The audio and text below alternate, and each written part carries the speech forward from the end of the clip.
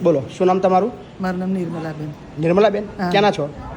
વઘાજ, નસવાડી તાલુકો, વઘાજ ગામ, નસવાડી તાલુકો, છોટાઉદેપુર જિલ્લો. જિલ્લો. કોણ છે તમારા ઘરમાં?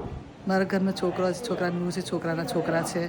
છોકરાનો વહુ ઘરના બધા છે? બધા છે. તો કેમ વૃદ્ધાશ્રમમાં આવ્યા છો? હા, તે મેં 12 વર્ષથી મારા ઘરવાળા મરી ગયા ને, હા. ત્યાર પછી મારા 5 ખેતર છે.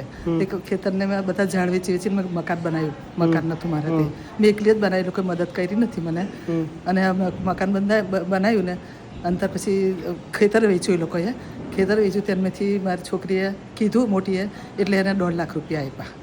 અત્યારે તમને કાઢી મળ્યા છે? હા, મને કાઢી મૂકી રાતે અડધી રાતે. મને ચક્કર આવતા હતા, બીમાર થઈ ગઈ હતી. તે કીધું ઘરમાંથી નીકળી જાય કે જોવે જ ના કરવું. એટલે છોકરીને પૈસા તે આપી દીધા 1.5 લાખ. એમને જ આપ્યા. છોકરીને પૈસા આલે એના 1.5 લાખ કેમ આલે? એને કારણે એને રાતે તમને કાઢી મળ્યા? સહી કરવાના. હા, રાતે સહી કરવા, એને સહી કરવા લીધે કીધું કે મને પૈસા જોઈએ. કોઈ વાત નહીં. કેટલા દિવસ છે તમારે અહીંયા આગળ?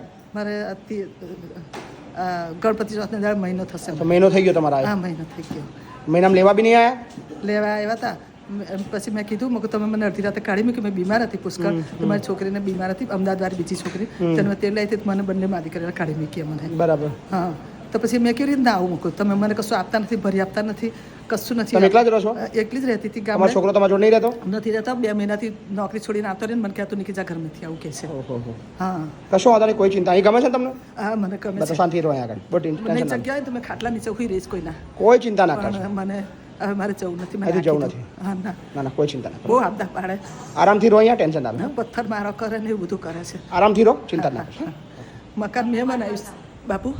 બધા 5 ખેતર ઝાડા વેચી વેચીને મેં મકાન બનાવી. પૈસો એક ખેતરમાં વેચો નથી, એક ખેતર થોડા બધું ભૂલી જાવ, મકાન બધું ભૂલી જાવ. હા ને, ના, આરામથી રહો, શાંતિથી. હવે તમારે શું કરવું છે? હા ને?